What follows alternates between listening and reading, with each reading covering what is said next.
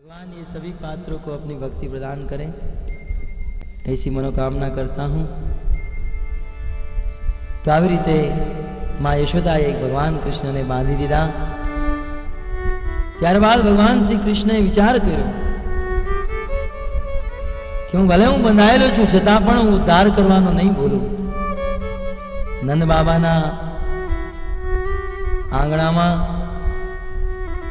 કેટલાય વર્ષોથી બે વૃક્ષ હતા। આ વૃક્ષનું નામ અર્જુન વૃક્ષ હતું।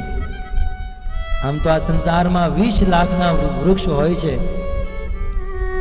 પણ આ વૃક્ષનું નામ અર્જુન, જોડિયા વૃક્ષ હોવાને કારણે યમલાર્જુન નામ પડ્યું।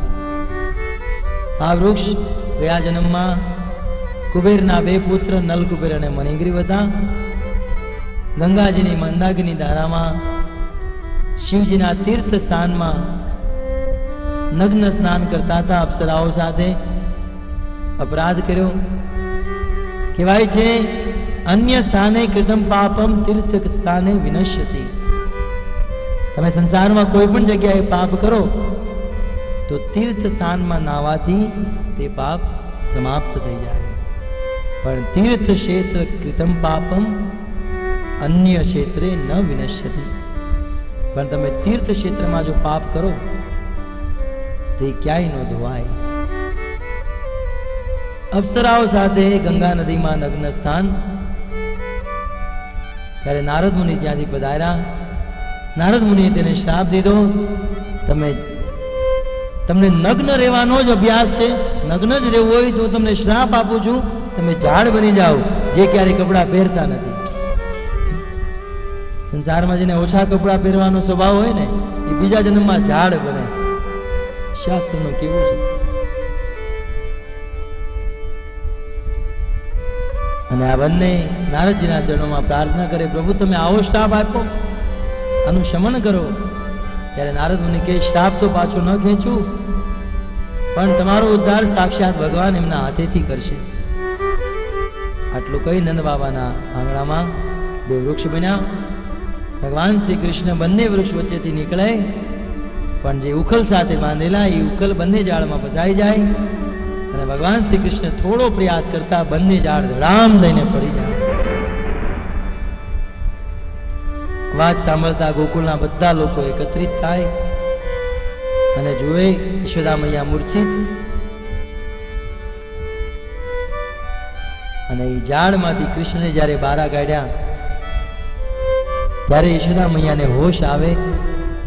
નંદ બાબા યશોદાને ખીજાય કે યશોદા આજ પછી તું કૃષ્ણને ક્યારેય બાંધતી નહીં। અને પછી બધા ગોપો બેઠીને મીટિંગ કરે કે જ્યારથી કૃષ્ણનો જન્મ થયો છે ત્યારથી ગોકુળમાં ઉત્પાત થાય છે, ત્યારથી ગોકુળમાં કોકનું કોક આવે છે ને મારવાનો પ્રયાસ કરે છે।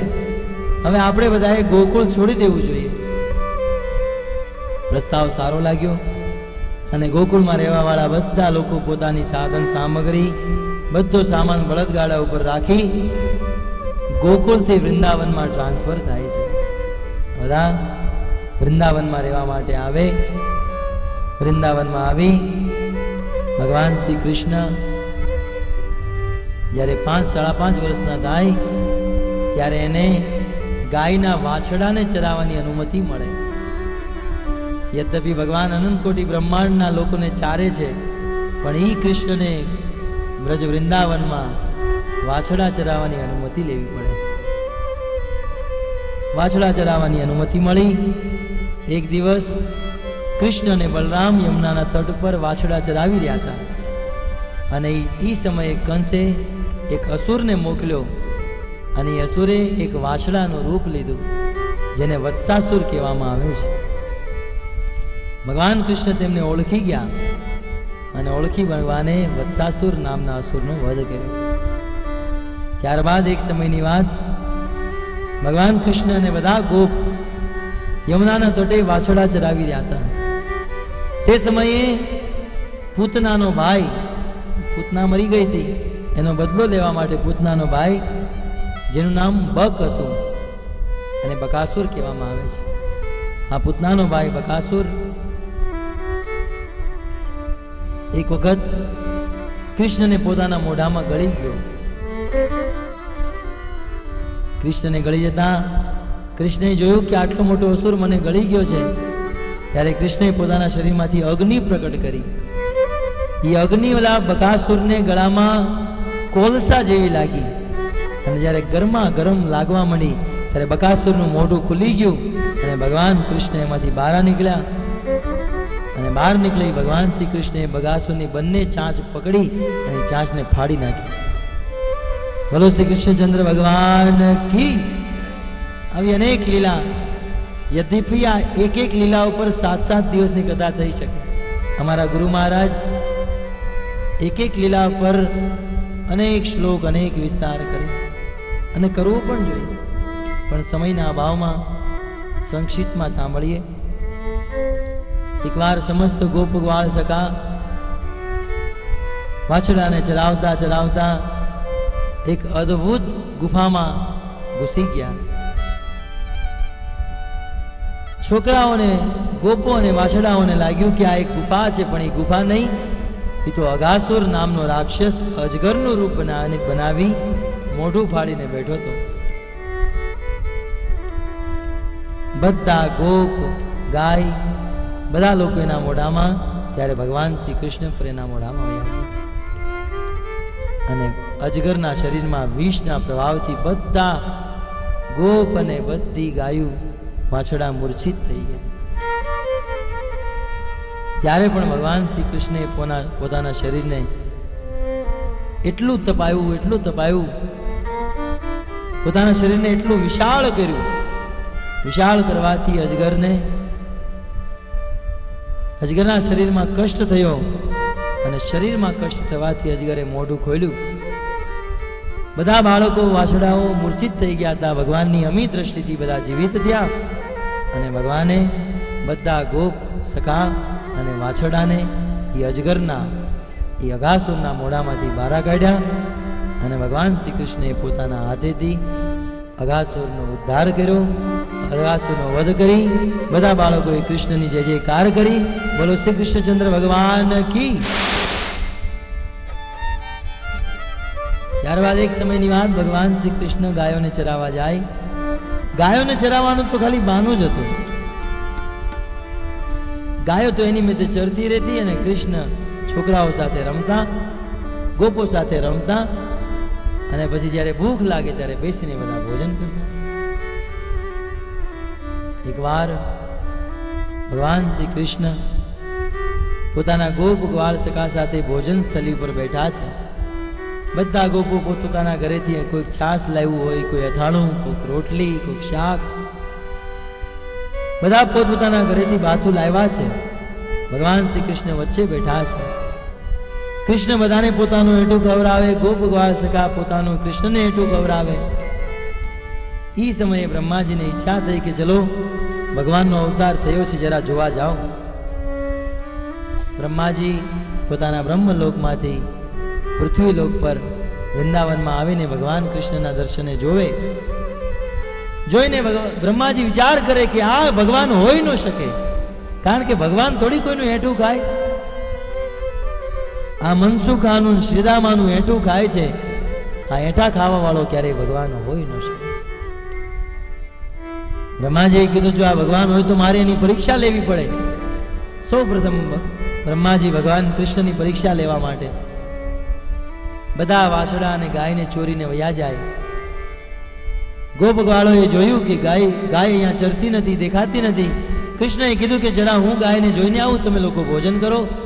કૃષ્ણ ગાયને ગોતવા જાય તો બ્રહ્માજી એના બધા સખાઓને ચોરીને લઈ જાય. કૃષ્ણ આવીને જોવે તો સખા પણ નહીં. કૃષ્ણ વિચાર કરે કે નક્કી આ મારા પુત્રનું કામ, બ્રહ્માનું કામ લાગે છે. ત્યારે ભગવાન શ્રી કૃષ્ણ બ્રહ્માજી જેટલી પણ ગાય અને જેટલા પણ સખાઓને ચોરીને લઈ ગયા હતા, ભગવાને પોતાના શરીરમાંથી એટલી જ ગાય અને એટલા સખાઓને પ્રકટ કર્યા. ભગવાન શું ન કરી શકે, પ્રકટ થયા છે. અને રોજની જેમ ભગવાન એ સખા, એ ગાય પોતપોતાના ઘરે જાય. કહેવાય છે કે બ્રહ્માજી આ ગાય અને સખાઓને બ્રહ્મલોકમાં મૂકીને પાછા ફરે ત્યાં સુધીમાં 1 વર્ષ વીતી ગયો અને અહીંયા 1 વર્ષ સુધી આ લીલા નિરંતર ચાલુ રહી. 1 વર્ષ સુધી લીલા ચાલુ રહી અને ઓરિજિનલ જે સખા અને ઓરિજિનલ જે ગાયો હતી એ તો બ્રહ્મલોકમાં હતી. આ ગોકુળમાં જેના છોકરાઓ જેના પુત્રો જે હતા એ તો વાસ્તવમાં ભગવાનનું સ્વરૂપ હતા. એટલે જ જ્યારે આ બધા સખાઓ ઘરે જતા ત્યારે એની માયું કહેતી, એટલે મગન આજે તું આટલો હારો કેમ લાગે છે? તો મગન હારો લાગે ને, કારણ કે ભગવાનનો અંશ છે.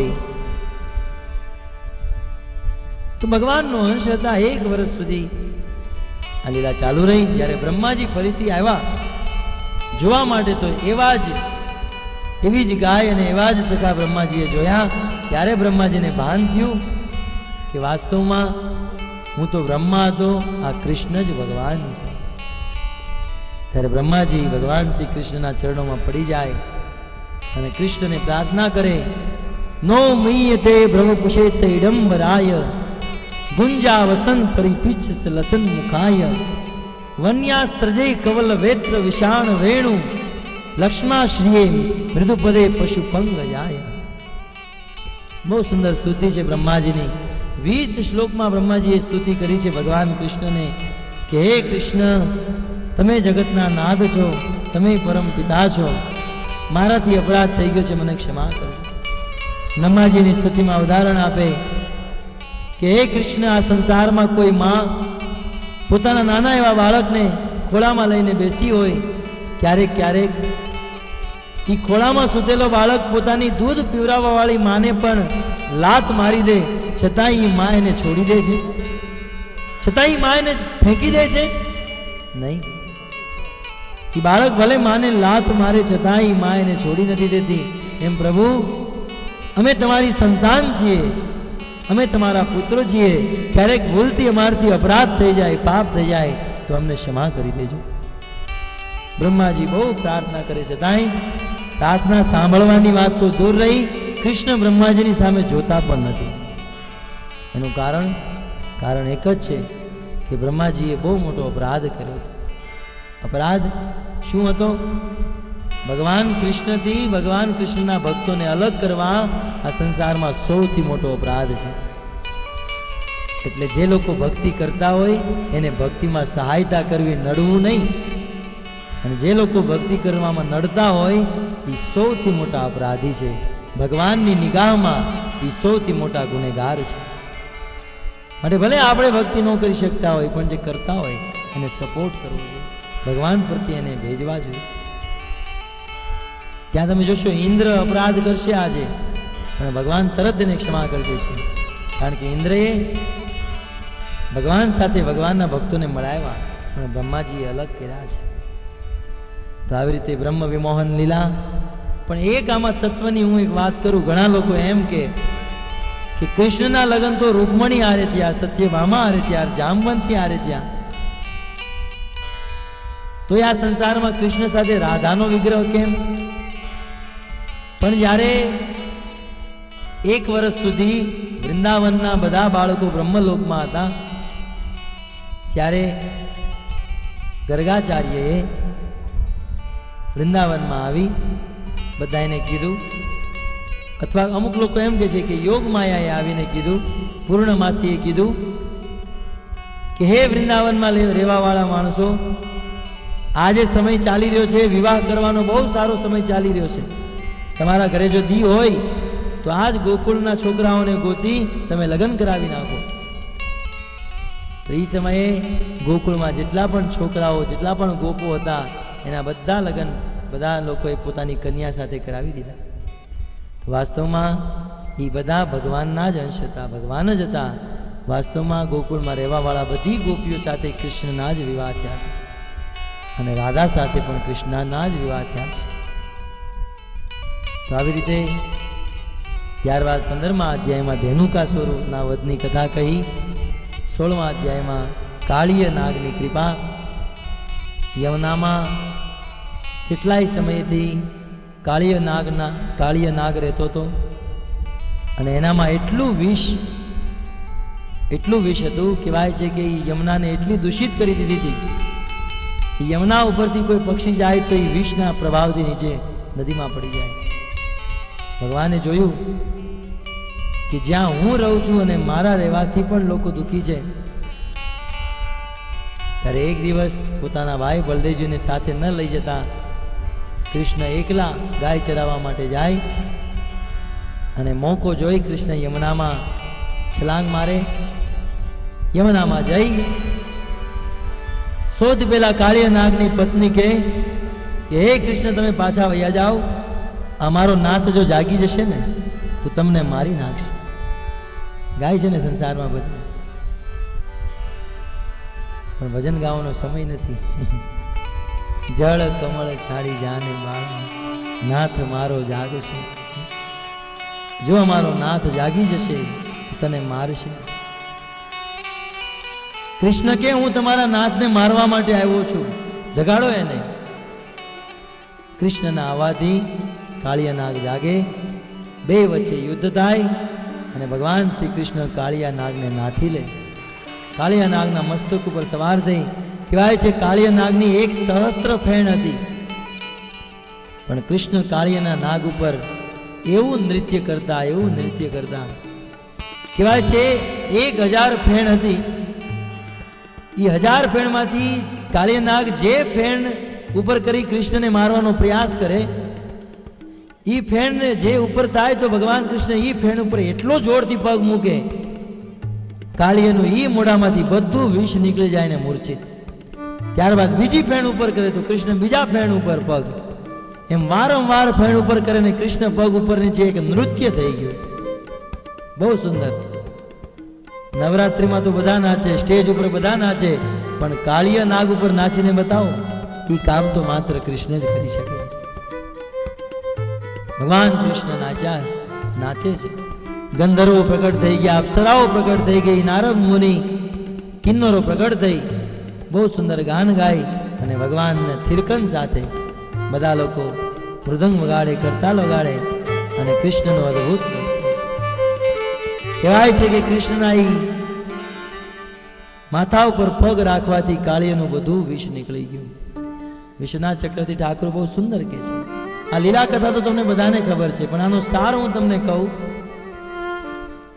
કે જેમ ભગવાન શ્રી કૃષ્ણએ કાળિયાના માથા ઉપર પગ રાખી બધું વિષ કાઢી નાખ્યું, એમ આપણા હૃદયમાં પણ વિષની કમી નથી.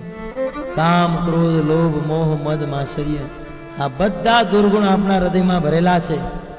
પણ જો કોઈ વ્યક્તિ પોતાના મોઢામાં ભગવાન શ્રી કૃષ્ણનું નામ લે તો કૃષ્ણનું નામ લેવામાંથી જેમ કૃષ્ણએ એ કાળિયા નાગનું બધું વિષ કાઢી નાખ્યું, એમ કૃષ્ણના નામ લેવાથી હૃદયમાં રહેલું બધું વિષ નીકળી જશે, પરમ પવિત્ર થઈ જશું અને ભગવાનના નામને પ્રાપ્ત થશે. હરે કૃષ્ણ કૃષ્ણ હરે હરે રામ રામ રામ હરે કૃષ્ણ કૃષ્ણ કૃષ્ણ હરે હરે હરે રામ રામ રામ હરે. ત્યારબાદ 19મા અધ્યાયમાં સુખદેવ ગોસ્વામી એકવાર કૃષ્ણ, સખા અને ગાય આ બધા જંગલમાં ફસાઈ ગયા અને જંગલમાં દાવાનળ ફાટી નીકળ્યો અને દાવાનળની અગ્નિ કોઈને મૂકે નહીં. બધા લોકો ચિંતિત કે અમે સળગીને ભસ્મ થઈ જશું, અમે લોકો સળગી જશું. ત્યારે ભગવાન શ્રી કૃષ્ણએ બધાને આંખ બંધ કરવાની કીધી. બધાએ આંખ બંધ કરી અને કૃષ્ણએ પોતાના મુખમાં આખા જંગલની અગ્નિને પોતાની અંદર સમાવી લીધી, બધાને જીવન દાન આપ્યું. ત્યારબાદ સુખદેવ ગોસ્વામી વર્ષા ઋતુ તથા શરદ ઋતુનું વર્ણન કરે. બહુ સુંદર શરદ ઋતુ અને વર્ષા ઋતુ આવી છે અને આ ઋતુ ભગવાનની ભક્તિ કરવા માટે સૌમ્ય ઋતુ છે. ત્યારબાદ 21મા અધ્યાયમાં વેણુ ગીતનું વર્ણન થાય. ભગવાન કૃષ્ણ અવતારમાં ભગવાન ધનુષ નથી રાખતા, તલવાર, ભાલો, ગદા કાંઈ નહીં.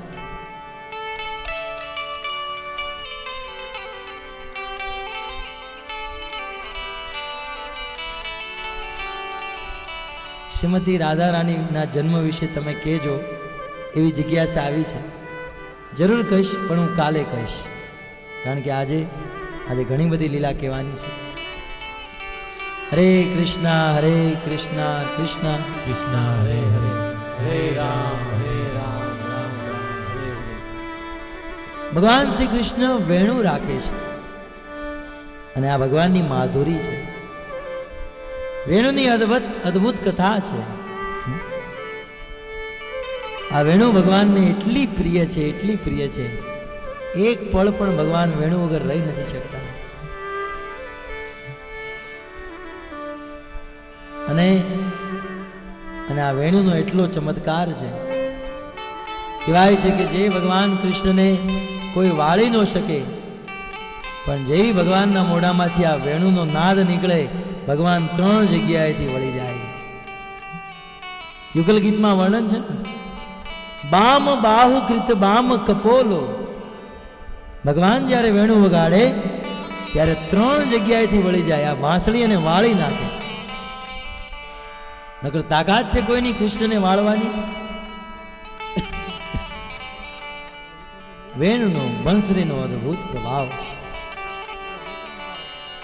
સુરદાસજી બહુ સુંદર કહે છે, આ વેણુ, આ વાંસળી સંસારની પ્રકૃતિને બદલી નાખી. કહેવાય છે ભગવાન જ્યારે વાંસળી વગાડે, ભગવાનની વાંસળીનો નાદ સાંભળી સંસારના ચર અચર મનુષ્ય બધા મોહિત થઈ જાય.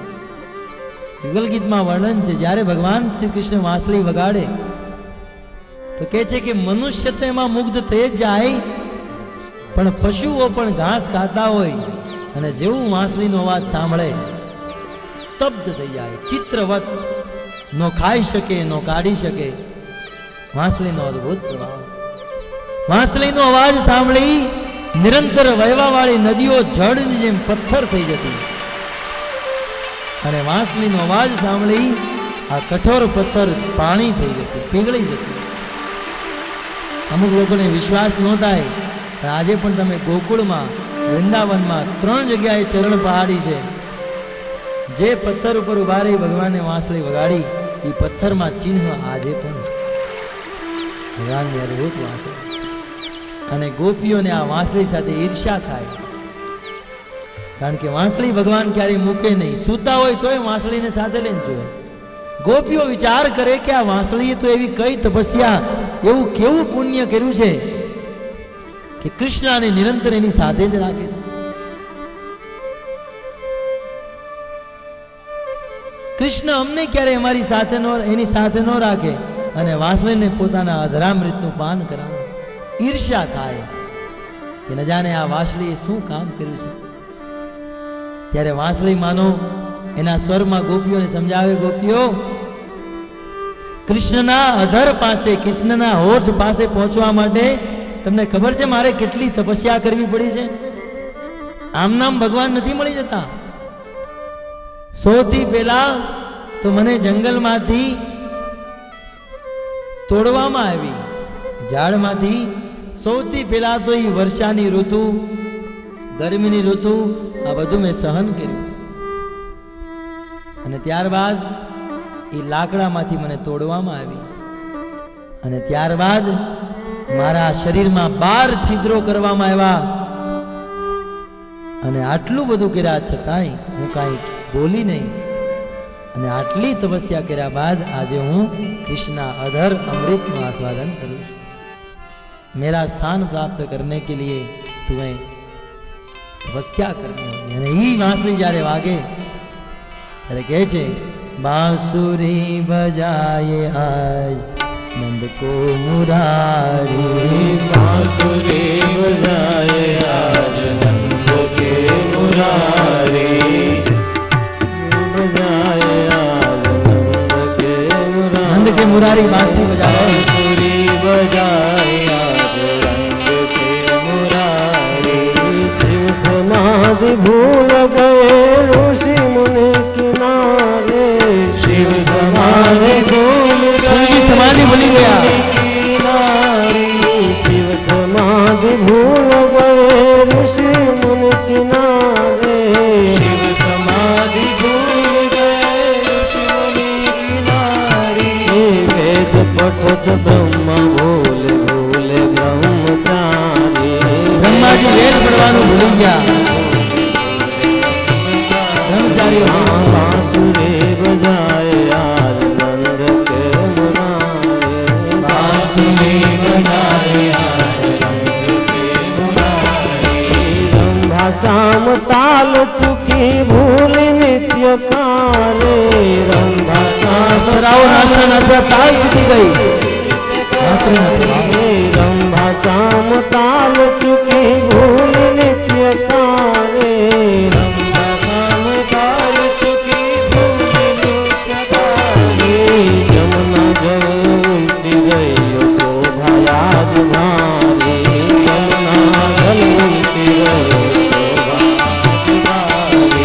जमुना जल उल्टी गई शोभा आज सारी जमुना जल उल्टी गई शोभा आज सारी माँ बांसुरी बजाए आज नंद के मुरारे बांसुरी बजाए आज नंद से मुरारी बांसुरी बजाए आज रंग से मुरारे बांसुरी बजाए आज रंग से मुरारी बांसुरी बजाए आज रंग से मुरारी बांसुरी बजाए आज रंग से मुरारी भगवान श्री कृष्ण बांसुरी बजाते हैं अद्भुत चमत्कार होता है સુખદેવ ગોસ્વામી વેણુ ગીત બાંસુરીના પ્રભાવનું વર્ણન કર્યા બાદ બહુ સુંદર યજ્ઞ પત્ની પર ઉદ્ધાર એકવાર કૃષ્ણ બલદેવ અને બધા સખા ગાય ચરાવવા માટે જાય ગરમીની ઋતુ હતી અને બધા બાળકોને બહુ ભૂખ લાગી હતી કૃષ્ણ પાસે આવ્યા કૃષ્ણ કૃષ્ણ અમને ભૂખ લાગી છે ત્યારે કૃષ્ણ કહે કે બાજુમાં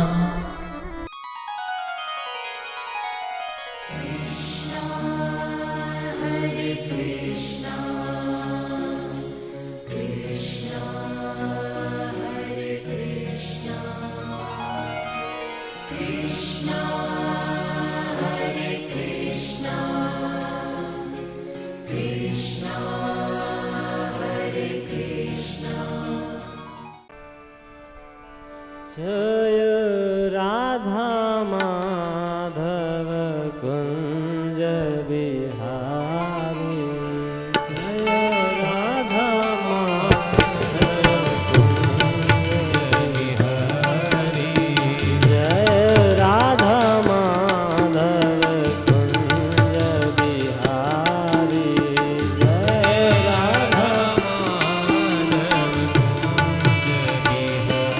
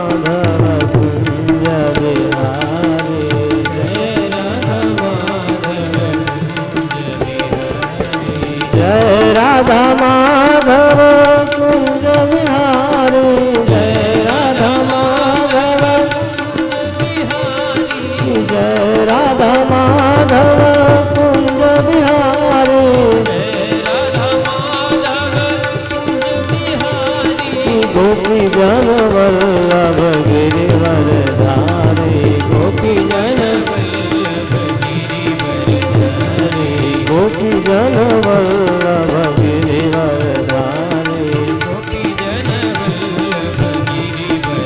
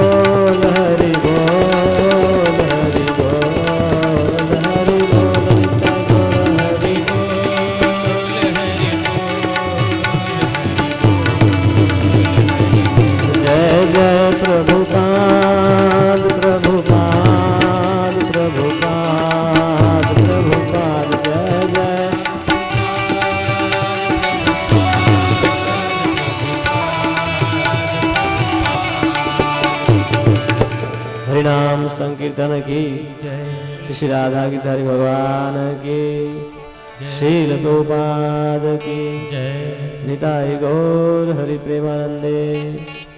हरे कृष्णा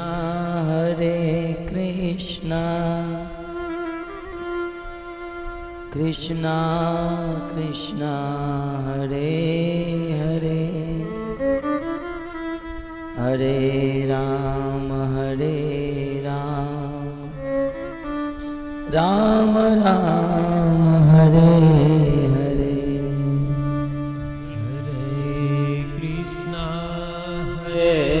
कृष्णा कृष्णा कृष्णा हरे हरे हरे राम राम राम हरे हरे।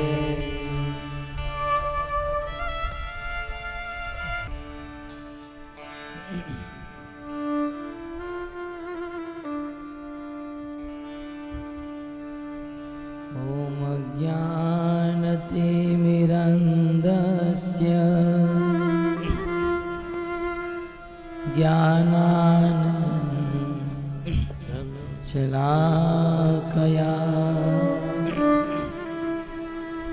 चक्षुरुन्मीलितं येन तस्मै श्री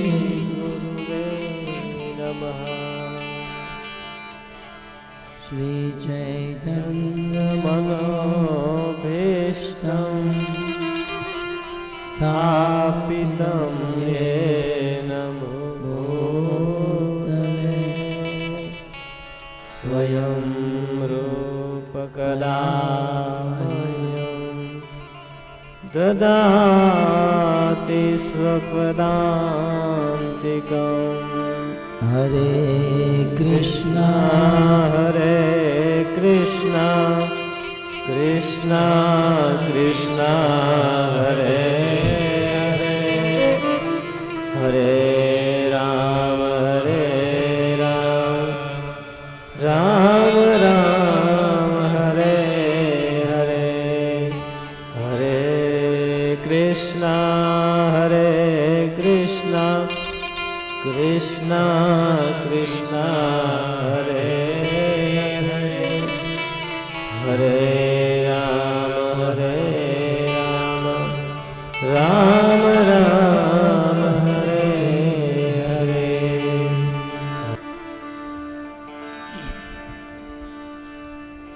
હરે કૃષ્ણ. તો આપ સૌ ભક્તોનું શ્રીમદ ભાગવત સપ્તાહના સપ્તમ દિવસના પ્રથમ સત્રમાં હાર્દિક સ્વાગત કરીએ છીએ.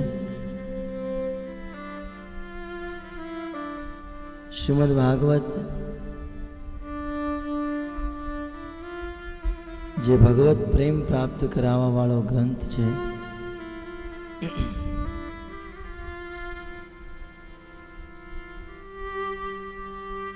ભગવાનના ચરણોમાં પ્રેમ ઉત્પન્ન કરાવવા વાળો ગ્રંથ. આવા ગ્રંથ અને ભાગવત કથાનું શ્રવણ નિરંતર 6 દિવસથી કરી રહ્યા છીએ.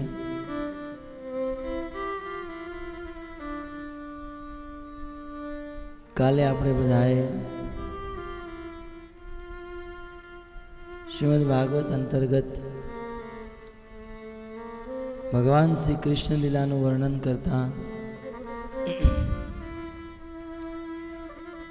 ગોવર્ધન લીલાની કથા સાંભળી.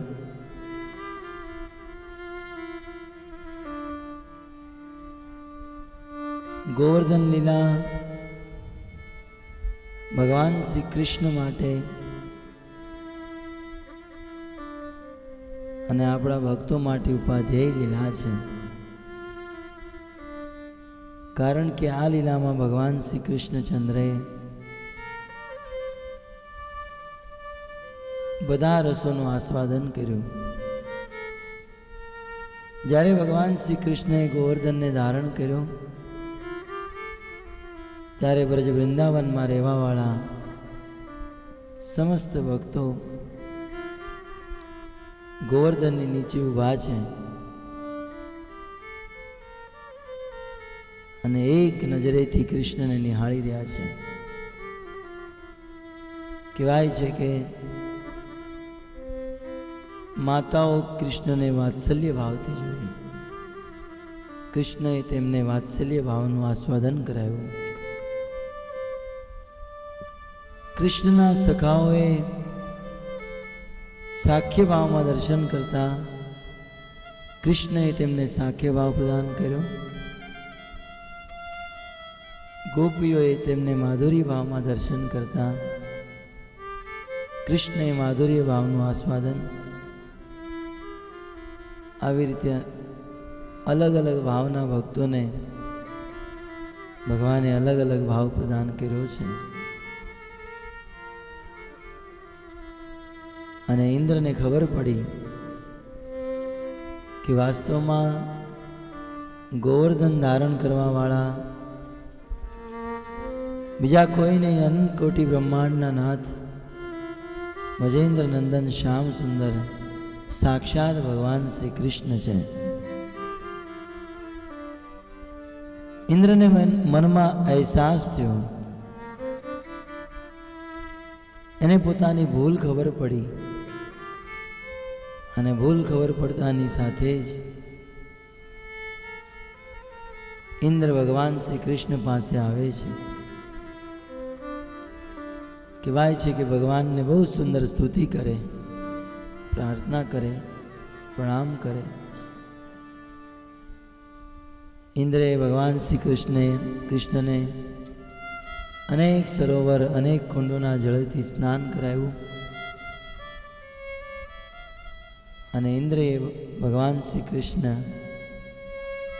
એક નામ પ્રદાન કર્યું જે નામ ગોવિંદ હતું. ઇન્દ્રના કાર્યથી ભગવાન કૃષ્ણ પ્રસન્ન થયા અને કહેવાય છે કે ઇન્દ્રના જળથી ભગવાને જે સ્નાન કર્યું એ જળનો એક કુંડ બની ગયો જે આજે પણ ગોવર્ધનની તળેટીમાં ગોવિંદ કુંડ નામે વિખ્યાત છે. ભગવાન શ્રી કૃષ્ણ ઇન્દ્રની સ્તુતિથી પ્રસન્ન થયા અને ઇન્દ્રને તરત ક્ષમા કરી દીધો. કારણ કે ભગવાને વિચાર કર્યો કે આ વ્રજ વૃંદાવનના લોકોના કેટલા લોકોના ઘરે જઈ હું એમના દર્શન કરે. ઇન્દ્રની કૃપાથી વ્રજ વૃંદાવનના બધા લોકો ગોવર્ધનની નીચે આવ્યા અને મેં બધાના દર્શન કર્યા. પોતાના ભક્તોના દર્શન કરવાને કારણે ભગવાન શ્રી કૃષ્ણ ઇન્દ્રને ક્ષમા કરી દે. શ્રીમદ ભાગવતમમાં આપણે ગત સત્રોમાં ઘણી વખત ઇન્દ્ર દ્વારા ભગવાનનો અપરાધ, ગુરુનો અપરાધ, વૈષ્ણવનો અપરાધ, ઇન્દ્રએ ઘણા અપરાધ કર્યા, છતાંય ભગવાન ઇન્દ્રની રક્ષા કરે. એનું કારણ એક જ હતું કે ઇન્દ્ર દ્વારા અપરાધ થાય અને ઇન્દ્રને એના અપરાધનો અહેસાસ થતો અને અપરાધ કરી તરત ભગવાનના ચરણોમાં આવી જતા. ભક્તો, અપરાધ કરવું, ભૂલ કરવી આ મનુષ્યનો સ્વભાવ છે. કહેવાય છે ને, માણસ માત્ર ભૂલને પાત્ર. મનુષ્ય માત્રથી ભૂલ થાય, અપરાધ થાય. મોટા મોટા દેવતા ઇન્દ્ર અને બ્રહ્માજીથી પણ અપરાધ થતા હોય. મોટા મોટા દેવતાઓથી પણ અપરાધ થતા હોય તો મનુષ્યથી અપરાધ થાય આ કોઈ મોટી વાત નથી. અપરાધ કરવો એ જીવનો સ્વભાવ છે, પણ અપરાધ કર્યા બાદ એને સમજી જેની પ્રત્યે અપરાધ થયો છે એની પાસે ક્ષમા માંગવી એક ભક્તનું લક્ષણ છે. અને જો આપણે અપરાધની ક્ષમા ન માંગીએ તો આપણા ભક્તિમય જીવનમાં બહુ મોટો ખતરો ઉત્પન્ન થાય. માટે ચૈતન્ય મહાપ્રભુ આ વૈષ્ણવ અપરાધને હાથી માતા કહી રહ્યા છે. આપણી ભક્તિ એક નાનકડા છોડ સમાન છે અને એ નાનકડા છોડની સમાન ભક્તિને નષ્ટ કરવા માટે વૈષ્ણવ અપરાધ મદમસ્ત હાથીની સમાન છે.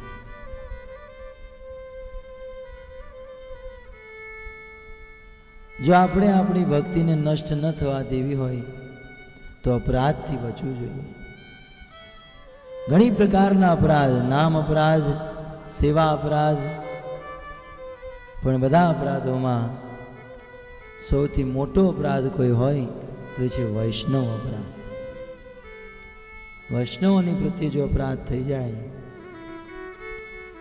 તો પછી એ અપરાધીને ભગવાન પણ ન બચાવી શકે.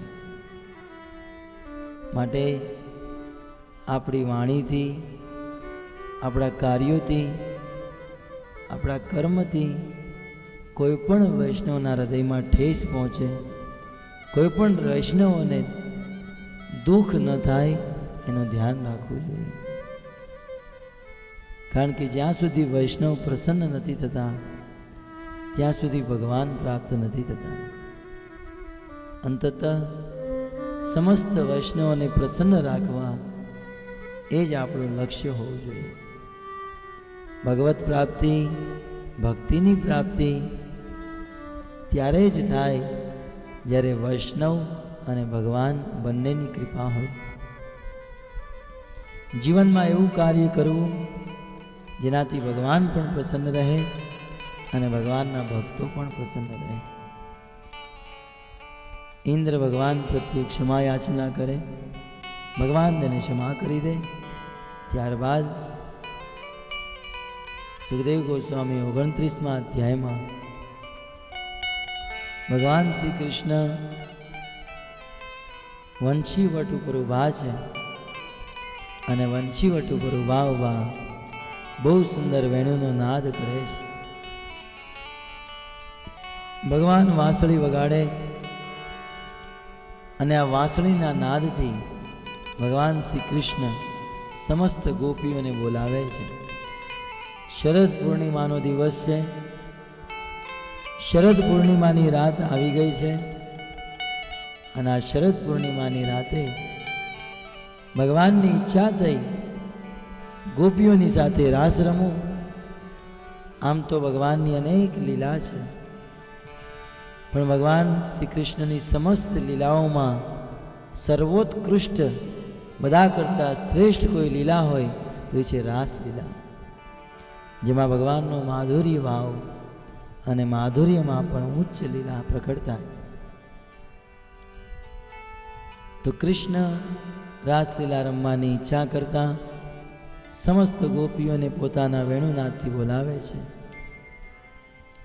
જ્યારે બધી ગોપીઓ કૃષ્ણના વેણુનાદને સાંભળે, કહેવાય છે કે પોતાના ઘરના સમસ્ત કામ છોડી આ બધી ગોપીઓ કૃષ્ણ પાસે આવી રહી છે.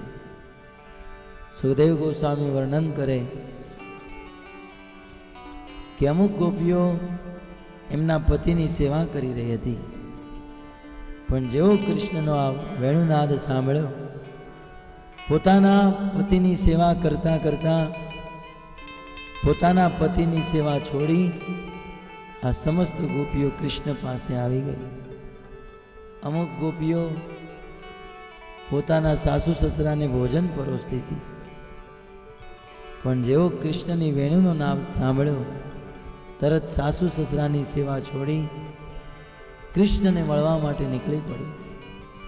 અમુક ગોપીઓ પોતાના નાના નાના બાળકોને પોતાના સ્તનથી દૂધ પીવડાવી રહી હતી, પણ જેવો કૃષ્ણની વાંસળીનો નાદ સાંભળ્યો, વાંસળીના નાદ સાંભળતા જ પોતાના નાના નાના દૂધ પીતા બાળકો છોડી આ ગોપીઓ કૃષ્ણને મળવા માટે જાય છે.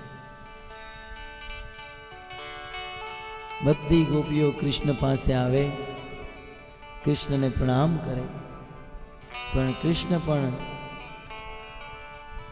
ગોપીઓની પરીક્ષા લેતા કે હે ગોપીઓ, તમે આ અડધી રાતે અહીંયા મારી પાસે શા માટે આવી છો? અડધી રાતે મારી પાસે આવવાનું કારણ શું છે? ત્યારે ગોપીઓએ કીધું કે હે કૃષ્ણ, અમે તમારા દર્શન કરવા માટે આવ્યા છીએ. ભગવાન કૃષ્ણ કહે, ઠીક છે, તો મારા દર્શન તો થઈ ગયા, હવે તમે પાછા ફરો. ગોપીઓના હૃદયમાં દુઃખ ઉત્પન્ન થાય કે અમે અમારું ઘર બાર, પતિને, સાસુ સસરાને, છોકરાઓને છોડીને કૃષ્ણ પાસે આવી, અને કૃષ્ણ પાસે જ્યારે પહોંચી ત્યારે કૃષ્ણ અમને પાછા મોકલે છે. હૃદયમાં દુઃખ થયું, અને ગોપીઓ ભગવાનને બહુ સુંદર સિદ્ધાંત સમજાવે કે કૃષ્ણ, તમે ભગવદ્ ગીતામાં એ કુરુક્ષેત્રની ભૂમિમાં ઉભા એમ કહો છો કે સર્વ ધર્માન પરિત્યજ્ય મામ એકમ શરણમ ભજ. ગીતામાં તમે એમ કહો છો કે બધા ધર્મોને છોડી મુજ એક કૃષ્ણની શરણમાં આવો. અને જ્યારે અમે સમસ્ત ધર્મોને છોડી, પતિ ધર્મ, પુત્ર ધર્મ, પિતા ધર્મ, માતૃધર્મ, આ સમસ્ત નાના મોટા ધર્મોને છોડીને તમારી શરણમાં આવી ગઈ છીએ, ત્યારે તમે એમ કહો છો કે પાછા ફરો. કૃષ્ણ, આ વળી તમારો કેવો ઉપદેશ છે? એક જગ્યાએ તમે એમ કહો છો કે બધું છોડીને મારી પાસે આવો, અને અમે બધું છોડીને તમારી પાસે આવ્યા, ત્યારે તમે અમને પાછા મોકલો છો. ભગવાન કૃષ્ણ ગોપીઓના વાતથી પ્રસન્ન થાય, અને પ્રસન્ન થઈ કહેવાય છે કે યમુનાના કિનારે ભગવાન શ્રી કૃષ્ણ ગોપીઓ સાથે રાસલીલા રમવાનું પ્રારંભ કર્યો. ભગવાન શ્રી કૃષ્ણ ગોપીઓ ઉપર કૃપા કરી યમુનાના કિનારે બહુ સુંદર રાસ રમવાનું પ્રારંભ કરે. બહુ સુંદર રાસનું આયોજન. કહેવાય છે કે ભગવાન શ્રી કૃષ્ણ સાથે અનેક કરોડ ગોપીઓ એ રાસમાં ઉપસ્થિત હતી. પ્રશ્ન થાય કે યમુનાના કિનારે આટલી બધી જગ્યા કેવી રીતે બની ગઈ હશે? પણ ભગવાનનું ઐશ્વર્ય, ભગવાને પોતાની લીલા શક્તિથી યમુનાના કિનારાને વિશાળ કરી અનેક ગોપીઓ સાથે રાસ રમવાનો પ્રારંભ કર્યો. બહુ સુંદર રાસલીલા થઈ રહી છે. ભગવાન શ્રી કૃષ્ણ એકલા છે અને કરોડો ગોપીઓ કૃષ્ણ સાથે રાસ રમી રહી છે. એક આચાર્ય વર્ણન કરે કે ભગવાન શ્રી કૃષ્ણ ગોપીઓ સાથે એવો રાસ રમ્યા, ભગવાન કૃષ્ણ એટલો તેજ ગતિથી રાસ રમતા હતા કે બધી ગોપીઓને એમ જ લાગતું હતું કે કૃષ્ણ અમારી જ સાથે છે, કૃષ્ણ અમારી સાથે રાસલીલા રમી રહ્યા છે. અને અમુક આચાર્યો એમ વર્ણન કરે, ત્યારે કૃષ્ણએ અનેક સ્વરૂપ ધારણ કર્યા અને પોતાના એક એક સ્વરૂપથી એક એક ગોપીઓ સાથે ભગવાન કૃષ્ણ રાસ રમી રહ્યા છે, બધી ગોપીઓને આનંદ આપી રહ્યા છે. અને એ સમયે શ્રીમતી રાધા રાણીએ જોયું કે આજે આ કૃષ્ણ મને છોડીને બધા સાથે રાસ રમે છે. રાધા રાણીને માન થયું અને બધી ગોપીઓને અભિમાન થાય કે આજે કૃષ્ણ અમારી જ સાથે રાસ રમી રહ્યા છે. તો બધી ગોપીઓનું અભિમાન તોડવા માટે અને શ્રીમતી રાધા રાણીને મનાવવા માટે કૃષ્ણ રાસલીલા રમતા રમતા રાધા રાણીને લઈ ગહેરા વનમાં પ્રવેશ કરે છે. રાસલીલા રમવાવાળી ગોપીઓએ જોયું કે કૃષ્ણ આપણી વચ્ચેથી નીકળી ગયા છે, પ્રકટ થઈ ગયા છે. બધી ગોપીઓ વિહવલ થઈ ગઈ, વિહવલ થઈ કૃષ્ણને ગોતવા માંડે. અને અહીંયા કૃષ્ણ અને રાધા બંને ગુહ્ય વનમાં પ્રવેશ કરે. પ્રવેશ કરતા કરતા શ્રીમતી રાધા રાણીને માન, રાધા રાણી કૃષ્ણને કહે, હે કૃષ્ણ, હવે હું ચાલી શકું એમ નથી, કૃપા કરી તમે મને તેડી લો. ત્યારે કૃષ્ણ રાધાની પણ પરીક્ષા લેવા માટે ઝૂકીને બેસી જાય. રાધાને કે તમે મારી ઉપર બેસો. શ્રીમતી રાધા રાણી બેસવા જાય ત્યારે કૃષ્ણ પ્રકટ થઈ જાય. ત્યાં ગોપીઓની વચ્ચેથી પ્રકટ થયા, અહીંયા શ્રીમતી રાધા રાણી પાસેથી પ્રકટ થયા. અને રાધા રાણી પણ કૃષ્ણને ગોતવા માંડે છે.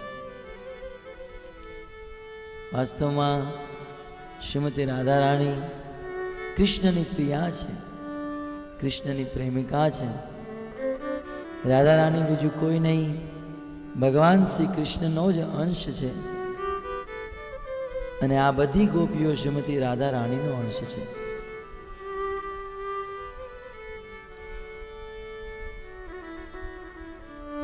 વ્રજ રસનું આસ્વાદન કરવા માટે શ્રીમતી રાધા અને કૃષ્ણ આ ભૂતલ પર આવ્યા છે. અને એવા રાધા અને કૃષ્ણ વચ્ચે બહુ સુંદર પ્રેમ છે. અન્ય પુરાણોમાં બહુ સુંદર વર્ણન છે. યદ્યપિ રાધા અને કૃષ્ણ વચ્ચે કોઈ સંબંધ નથી, છતાંય કૃષ્ણ માટે રાધા જ સર્વસ્વ છે અને રાધા માટે કૃષ્ણ જ સર્વસ્વ છે. ગોલોકધામના નિત્ય પ્રેમી અને પ્રેમિકા વ્રજ વૃંદાવનમાં મળે છે અને વૃંદાવનમાં રહી અનેક લીલાની અનુભૂતિ કરે. અનેક લીલાનું વર્ણન શાસ્ત્રમાં પુરાણોમાં થયું છે. જ્યારે રાધા રાણી અને તેમની બધી સખીઓ, રાધા રાણી અને તેમની બધી સખીઓ દહીં વેચવા માટે બરસાનાથી મથુરા જાય, એ સમયે ભગવાન શ્રી કૃષ્ણ એનો રસ્તો રોકી લે. રસ્તો રોકતા કે જો તમારે આ રસ્તાએથી પસાર થવું હોય તો અમને કર આપવો પડશે. બધી ગોપીઓ કૃષ્ણને કહે, શું આ ગામ તમારા બાપાનું છે? આ અમારું ગામ છે, આ બરસાના છે, અમે કોઈને કર નહીં આપીએ. ત્યારે કૃષ્ણ કહે, કર તો તમારે આપવો જ પડશે. રાધા રાણી સમેત ગોપીઓ ના પાડે, કૃષ્ણ કે આપવો જ પડશે. અને ગોપીઓ અને કૃષ્ણ વચ્ચે ઝઘડો થાય. બધા ગોપો, બધા સખાઓ બહાર નીકળે, ગોપીઓની બધી માટલીને ફોડી નાખે, તહેશ નહેશ કરી નાખે. આવી રીતે રાધા રાણી સમેત બધી ગોપીઓ હૃદયથી તો પ્રસન્ન હોય,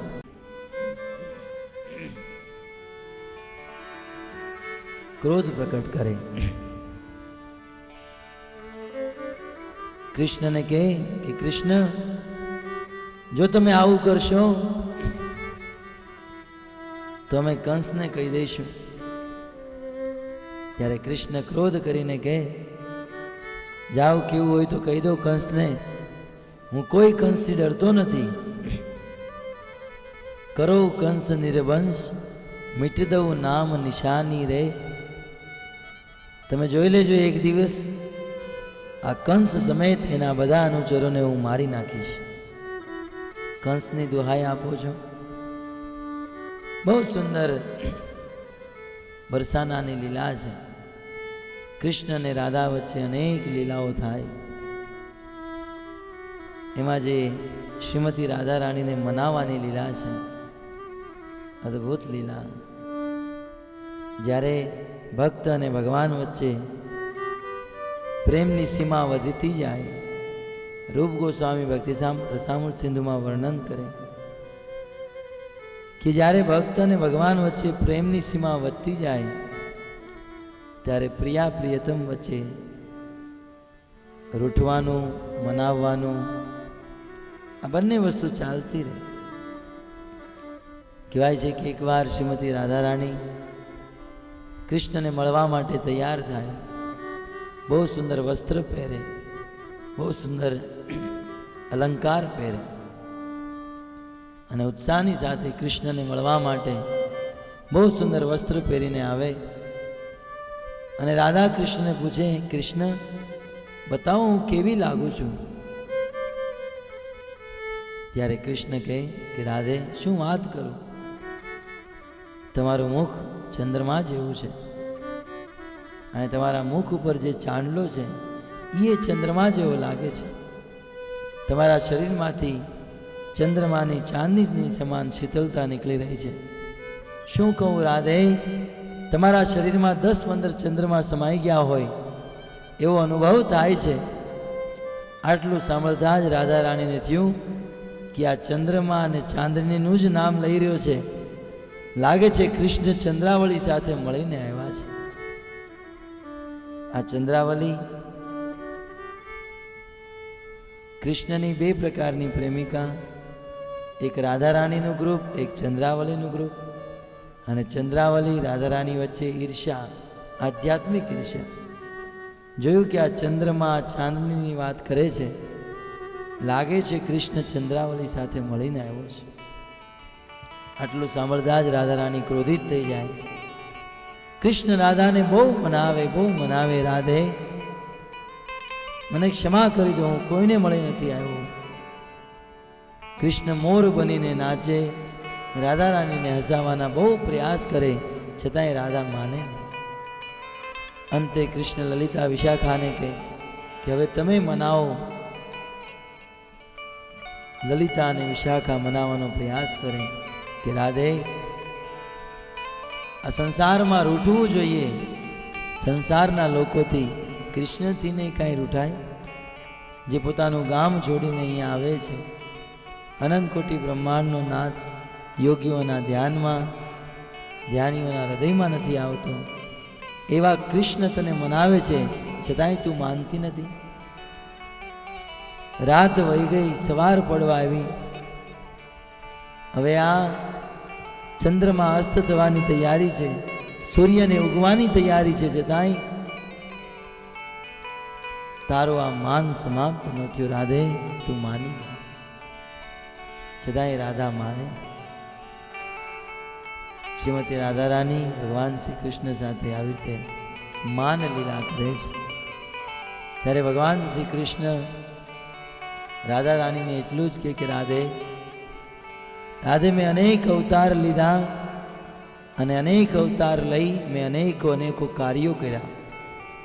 નરસિંહ અવતાર લઈ હિરણાકશ્યપુને ફાડી નાખ્યો, વામન અવતાર લઈ 2 કદમમાં બ્રહ્માંડને માપી લીધું, પરશુરામ અવતાર લઈ 21 વાર નક્ષત્રી કરી, રામ અવતાર લઈ રાવણ અને કુંભકર્ણનો વધ કર્યો. રાધે અનેક અવતાર લીધા અને અનેક અસુરોના વધ કર્યા, પણ આ અસુરોના વધ કરવામાં મને એટલો કષ્ટ નહોતો થયો જેટલો કષ્ટ તને મનાવવામાં થાય છે. તારા માનની સામે આ કૃષ્ણ હારી ગયો છે. એમ કહી કૃષ્ણ બંને હાથ જોડી રાધા રાણીના ચરણોમાં ઝૂકી જાય. આ છે રાધાની મહિમા. ભક્તો, રાધાને સમજવી, શ્રીમતી રાધા રાણીને સમજવા બહુ મુશ્કેલ છે. એવી શ્રીમતી રાધા રાણી ને માન થતા ભગવાન શ્રી કૃષ્ણ પ્રકટ થયા. બધી ગોપીઓ કૃષ્ણને ગોતતા જોઈ કે રાધા રાણી પણ મૂર્છિત થઈને પડી છે. બધી ગોપીઓ રાધા રાણીને કહે કે રાધે, અમને લાગ્યું કે કૃષ્ણ તમારી સાથે હશે. રાધા રાણી કહે કૃષ્ણ મારી સાથે હતા, પણ મને પણ છોડીને વયા ગયા છે. ત્યારે બધી ગોપીઓ સાથે મળી શ્રીમતી રાધા રાણી, ચંદ્રાવલી બધી ગોપીઓ સાથે મળી કૃષ્ણને ગોતવા ગહેરા વનમાં જઈને પ્રયાસ કરે, છતાં કૃષ્ણ મળે નહીં. અંતે બધી ગોપીઓ નિર્ણય કરે કે જો આપણે ગહેરા વનમાં જતા રહીશું અને જતા આપણે કૃષ્ણને ગોતતા રહીશું તો કૃષ્ણ ઓર ગહેરા વનમાં છુપાતા જશે, અને કૃષ્ણ જો ઓર ગહેરા વનમાં જશે તો એના પગમાં કાંટા વાગશે, પથ્થર વાગશે. એટલે હવે આપણે આ જંગલમાંથી બહાર નીકળી જવું જોઈએ. ત્યારે બધી ગોપીઓ એ જંગલમાંથી બહાર નીકળે, યમુનાના કિનારે આવે. બધી ગોપીઓ નિર્ણય કરે કે આપણે કૃષ્ણને પ્રકટ કરવાના છે, અને કૃષ્ણને પ્રકટ કરવા માટે શું કરવું? કૃષ્ણને પ્રકટ કરવા માટે એવો કયો ઉપાય છે? ભક્તો, કૃષ્ણને જો પ્રકટ કરવા હોય ને તો કૃષ્ણને પ્રકટ કરવા માટે એક જ ઉપાય છે, એ છે ગીત. તમે કીર્તન કરશો, ગીત ગાશો તો તરત ભગવાન શ્રી કૃષ્ણ ત્યાં ઉપસ્થિત થઈ જશે. એકવાર નારદ મુનિ ભગવાનને પૂછે કે ભગવંત, પ્રભુ તમે ક્યાં રહો છો? તમારું રહેવાનું સ્થાન ક્યાં છે? ત્યારે ભગવાન વિષ્ણુ કે નાહમ વસામી વૈકુંઠે યોગીનામ હૃદય યેશુઆ. હું વૈકુંઠમાં પણ નથી રહેતો, હું યોગીઓના હૃદયમાં પણ નથી રહેતો. કે છે યત્ર ગાયંતી મદભક્તા તત્ર તિષ્ઠામિ નારદ. નારદ, જ્યાં મારા ભક્તો મારા નામ અને મારી લીલાનું કીર્તન કરે છે, ગાયન ગાય છે, ગીત ગાય છે, આવા ગીત ગાવાવાળા ભક્તોની સામે હું ઉપસ્થિત થઈ જાઉં છું. આટલો વિચાર કરી આ બધી ગોપીઓ એક સાથે ભગવાનને પ્રકટ કરવા માટે ગીત ગાય છે. અદ્ભુત ગીત, જેને ભાગવતમાં ગોપી ગીત નામે રાખવામાં આવ્યું છે. બહુ સુંદર ગીત છે. જયતિ તેધિકમ જન્મના વ્રજ શ્રયત ઇન્દિરા શશ્વતત્રહી ગૈત દૃશ્યતામ દીક્ષિતાવકાર વૈકુંઠસ્થામ રામચેવતે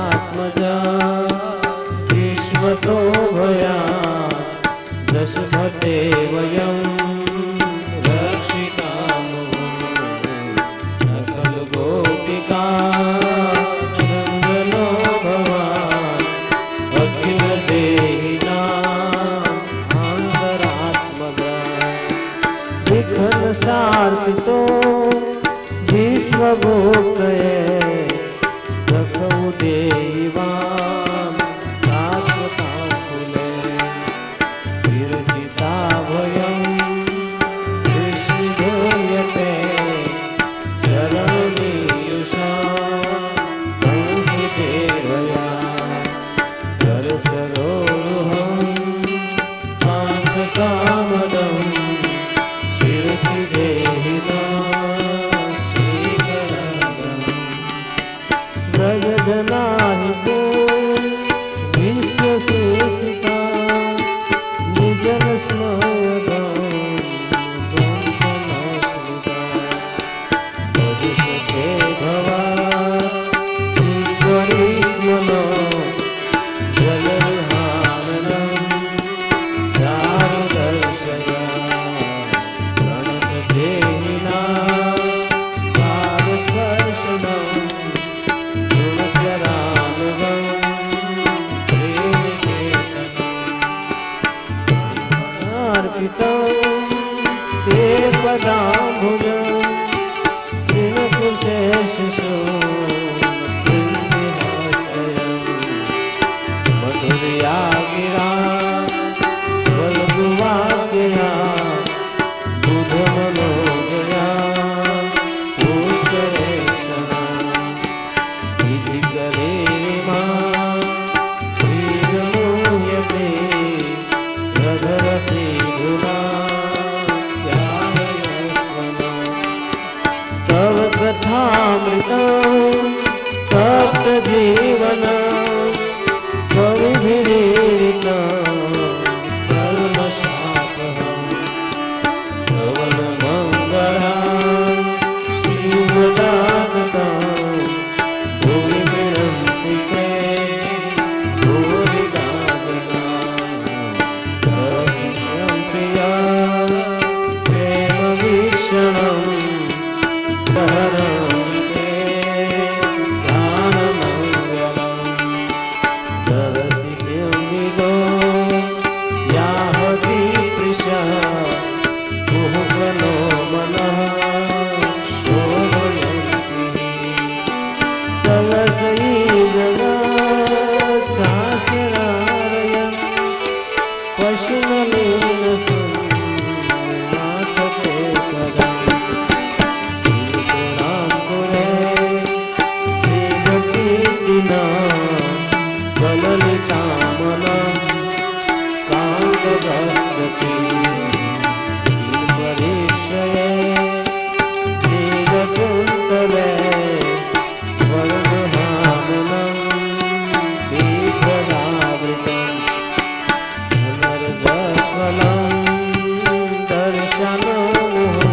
दर्शनमुहुर्मनसि न स्मरं वीरयस्वति प्रणतकामदं पदचार्षितं धरणिमण्डलं ध्येयमापदि चरणपङ्कजं सन्तमम् अते रमण स्मरे स्मर्पयामि सुरतवर्धनं शोकनाशनं स्मरितवेणुना शुष्कचुम्बितम् इतररागवे स्मारणं विना इतरवीरना स्फोधरामृतम् अतति यत् भवान् नहि कारणं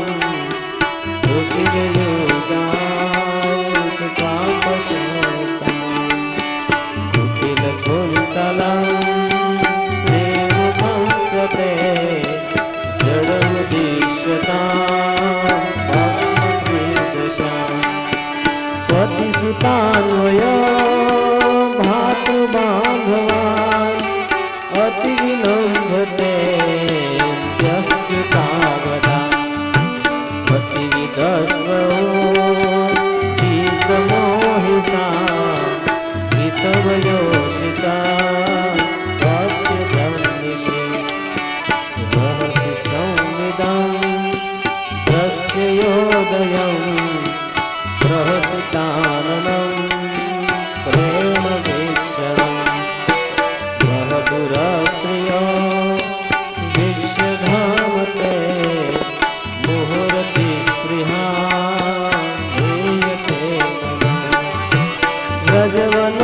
तापसां व्यक्तिरन्धते वृजिनहन्त्रयं विश्वमङ्गलम् यजमनाकच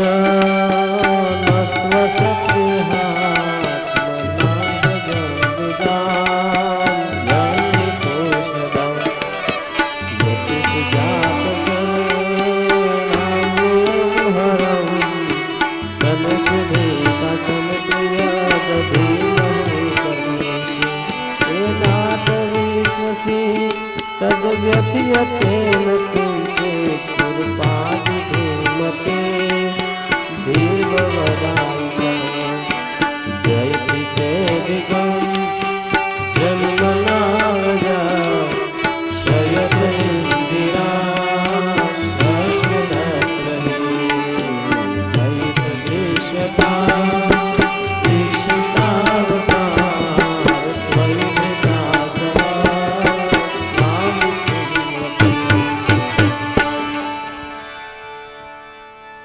ભગવાન શ્રી કૃષ્ણની પરમ પ્રિયા ગોપીઓ ભગવાનને પુકારી રહી છે કે હે કૃષ્ણ, કૃષ્ણ તમે અમને દર્શન આપો. તમે ક્યાં છો? વાસ્તવમાં ગોપીનો અર્થ થાય ગો શબ્દેન ઇન્દ્રિય. ગોનો અર્થ થાય ઇન્દ્રિયા અને પીનો અર્થ થાય પીવતી. જે પોતાના સમસ્ત ઇન્દ્રિયોથી ભગવાનને નિરંતર પીતી રહે એને ગોપી કહેવામાં આવે છે. ભગવાનની પરમ પ્રિયા જેનું જીવન જ કૃષ્ણ છે અને કૃષ્ણ વગર જેના પ્રાણ રહી નથી શકતા. જેમ માછલીનું જીવન પાણી હોય, તમે પાણીમાંથી માછલીને કાઢી નાખો, માછલીને પાણીમાંથી કાઢી તમે કોઈ પણ જગ્યાએ રાખો તો એ માછલીને સુખ ન થાય, એના પ્રાણ ત્યાગી દેશે. એમ ગોપીઓનું જીવન કૃષ્ણ છે અને કૃષ્ણ વગર ગોપીઓના પ્રાણ વ્યાકુળ થઈ ગયા છે, જીવી નથી શકતી.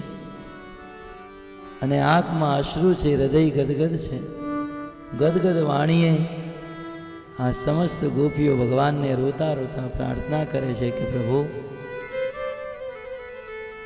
જ્યારથી તમારો જન્મ વૃંદાવનમાં થયો છે,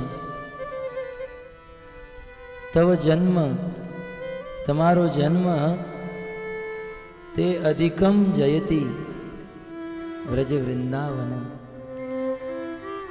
જ્યારથી તમારો જન્મ વૃંદાવનમાં થયો છે ત્યારથી વૃંદાવન પરમ સૌભાગ્યને પ્રાપ્ત થયું છે. પ્રભુ, જે દિવસથી તમે વૃંદાવનમાં આવ્યા છો એ દિવસથી ઇન્દિરા સાક્ષાત લક્ષ્મી વૃંદાવનમાં વાસ કરે છે. પ્રભુ, વૃંદાવનમાં આવવાથી બધા ભક્તોનું દુઃખ દૂર થઈ ગયું છે.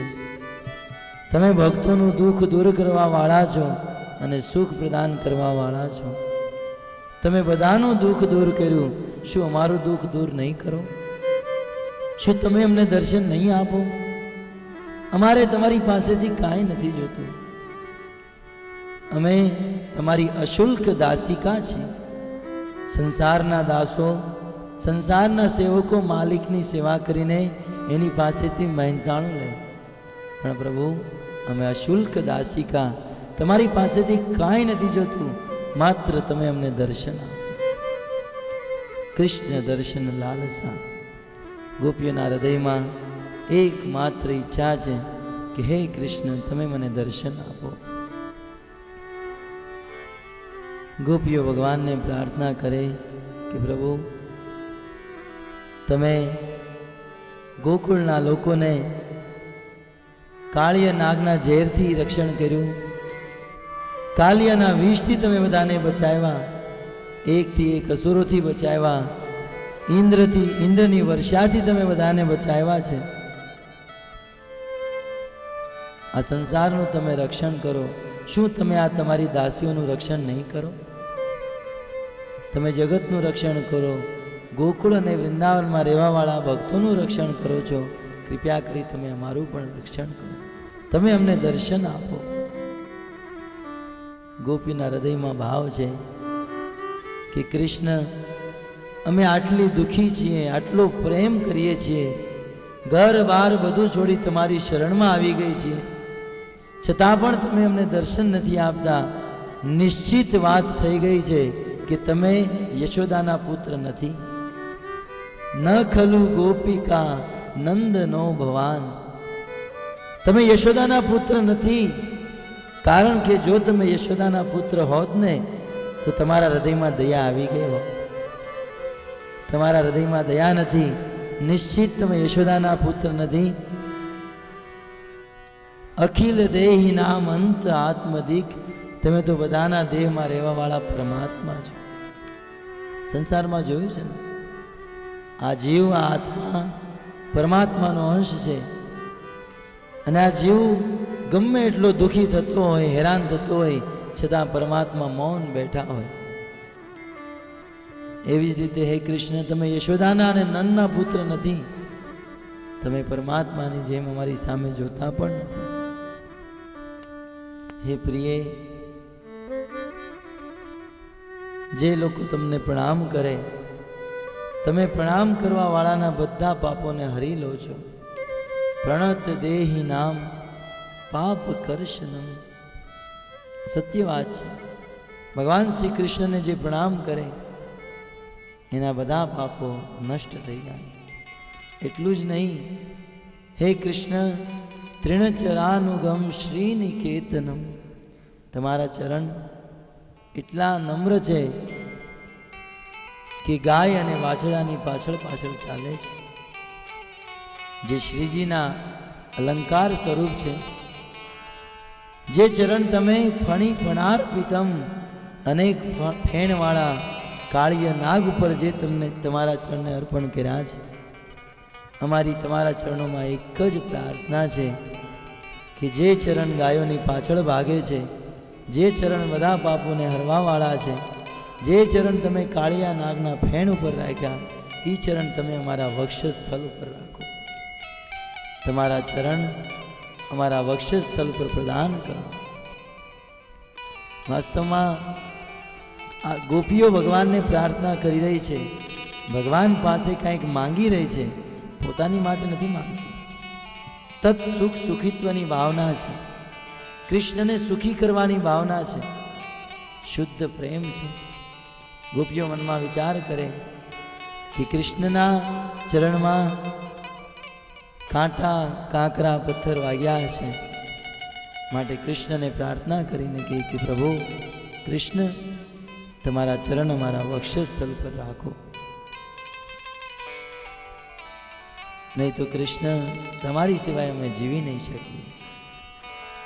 ત્યારે માનો કૃષ્ણ પ્રકટ થઈને ગોપીઓને કહે કે ગોપીઓ, હું તો તમારા પ્રાણ સ્વરૂપ છું, અને હું જ્યારે અપ્રકટ થઈ ગયો ત્યારે તો તમારા પ્રાણ નીકળી જવા જોઈએ, તમારે મરી જવું જોઈએ.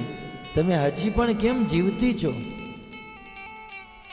તમારા જીવવાનું રહસ્ય શું છે?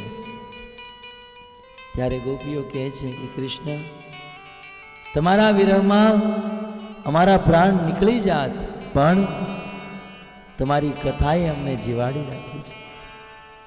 તમારા વિરહમાં અમે મરી ગઈ હોત, પણ તમારી કથાને કારણે આજ અમે જીવિત છીએ. જો કૃષ્ણ તમારી કથા અમે ન સાંભળી હોત તો ક્યારની અમે મરી ગઈ હોત. તવ કથામૃતમ, તમારી કથા અમૃત સમાન છે. અમૃત સમાન તમારી કથા.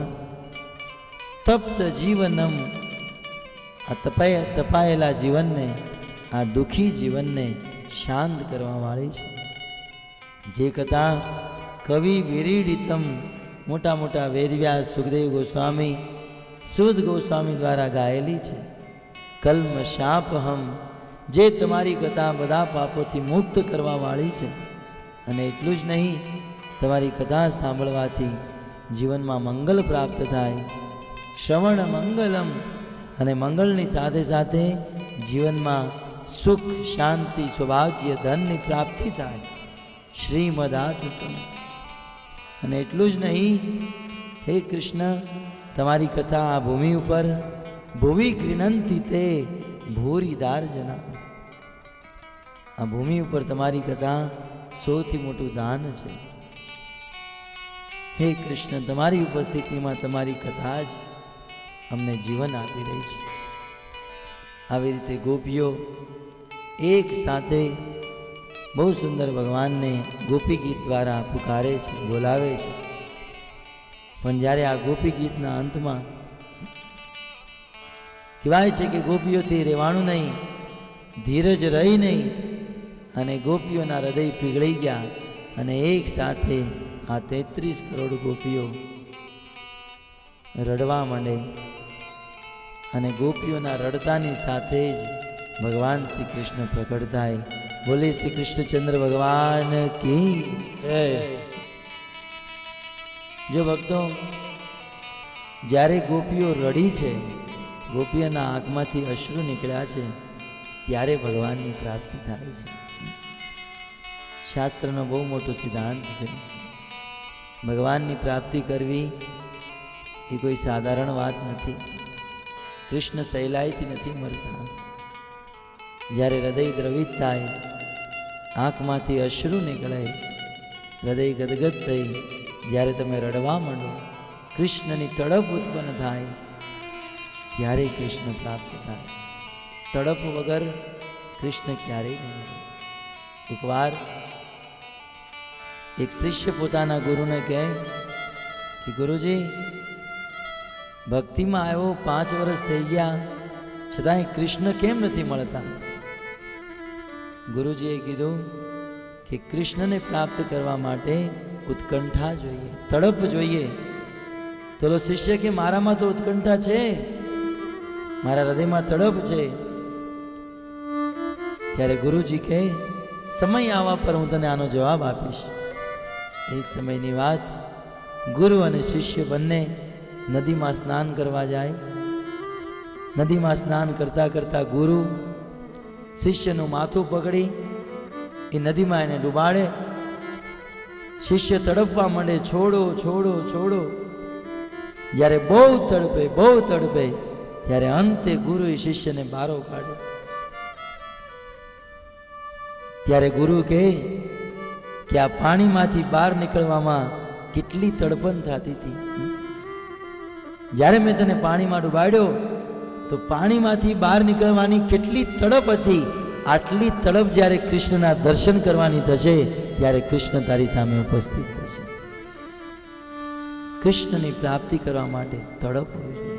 ભક્તો, આ તડપ ગોપીઓમાં છે, આ ઉત્કંઠા ગોપીઓમાં. અને જો આજથી 528 વર્ષ પહેલા આ જ ગોપીઓનો ભાવ લઈ, રાધા રાણીનો ભાવ લઈ ચૈતન્ય મહાપ્રભુ રૂપે ભગવાન અવતરિત થયા છે.